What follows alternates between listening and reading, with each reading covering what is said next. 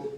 Alors, d'abord, je voulais vous dire que je suis vraiment très heureuse d'être au coude à coude avec vous ce soir, chers amis et chers camarades, pour cette réflexion combative autour de la coordination, c'est le mot que j'emploierais plutôt que convergence, il me fait plus, des luttes que nous menons encore trop souvent en ordre dispersé, voire dans la division.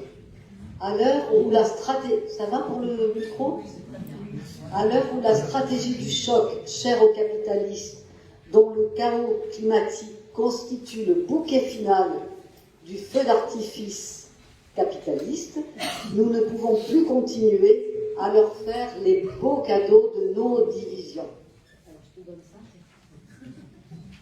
Nous devons déjà être unis pour renverser la guerre des mots, car nous sommes en état de légitime défense face à une idéologie économique, sociale et politique qui s'appelle le capitalisme, et aujourd'hui, le capitalisme radical et fanatique qui, même, a fait dire au milliardaire américain Warren Buffett en 2005 à CNN que cette guerre de classe, c'est nous les riches qui la menons et c'est nous les riches qui sommes en train de la gagner.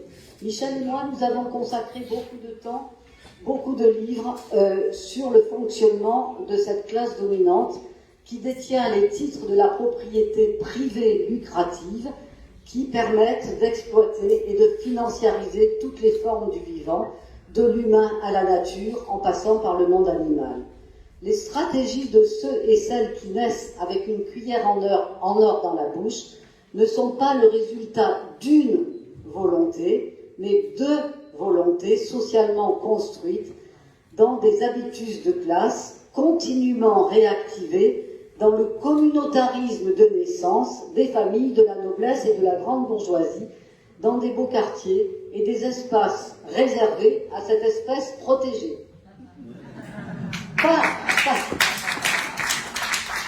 de chef d'orchestre, donc, chaque membre de ces dynasties familiales étant formé pour défendre en tout lieu et en tous instants les intérêts de cette classe sociale au sommet des richesses et des pouvoirs.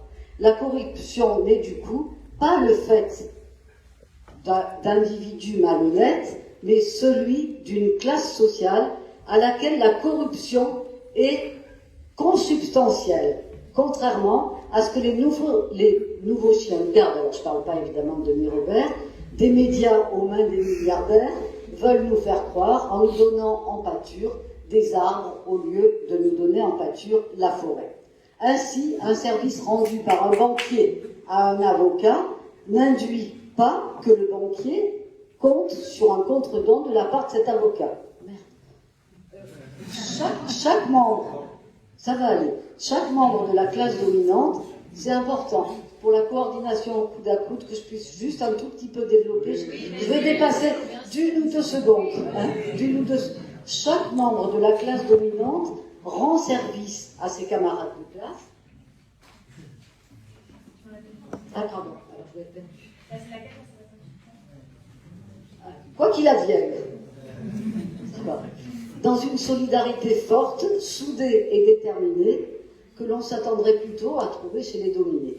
L'avocat, finalement, offrira un stage dans son cabinet au fils d'un haut fonctionnaire de Bercy qui lui proposera à son voisin de la Villa Montmorency un poste à la Banque publique d'investissement à Bercy. Chaque membre de cette oligarchie, dans un habitus de classe socialement construit, en interaction avec des positions au sommet d'institutions dont elle a la maîtrise, elle agit ainsi en conformité objective avec des intérêts qui sont toujours et exclusivement ceux de leur classe.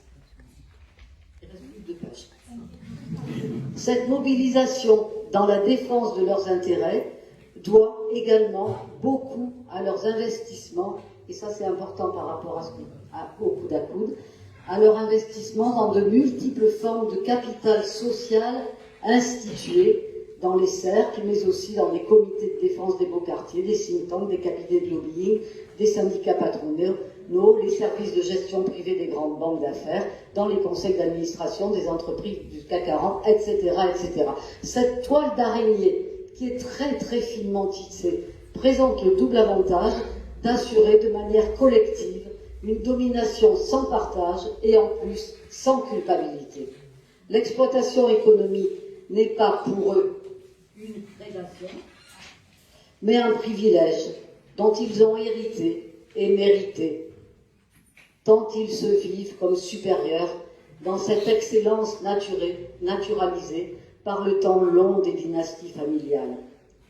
Nous devrions donc nous-mêmes, dans la volonté de plus nous laisser avoir par des divisions dont les dynasties familiales se réjouissent, et nous en avons été témoins malheureusement pour nous, pour construire des instances de coordination des luttes afin de faire en sorte que ces luttes soient toujours cumulatives et complémentaires et ne nous entraînent en aucun cas dans des divisions. Nous sommes bien trop nombreux pour nous rassembler comme les œufs des pélicans, pour nous ressembler comme les œufs des pélicans, étant les rouages essentiels du fonctionnement de l'économie réelle. Nous sommes donc indispensables, eux n'étant que des parasites. Alors, nous pourrions donc, je vais conclure donc. Je vais donc conclure avec le poète Robert Desnos et son poème Le Pélican qui suffira à vous faire comprendre ce que je veux dire. Le capitaine Jonathan, étant âgé de 18 ans, capture un jour un pélican dans une île d'Extrême-Orient. Le pélican de Jonathan, au matin, pond un œuf tout blanc et il en sort un pélican lui ressemblant étonnamment. Et ce deuxième pélican pond à son tour un œuf tout blanc, d'où sort inévitablement un autre qui en fait autant. Cela peut durer pendant très longtemps si l'on ne fait pas d'omelette avant. Merci.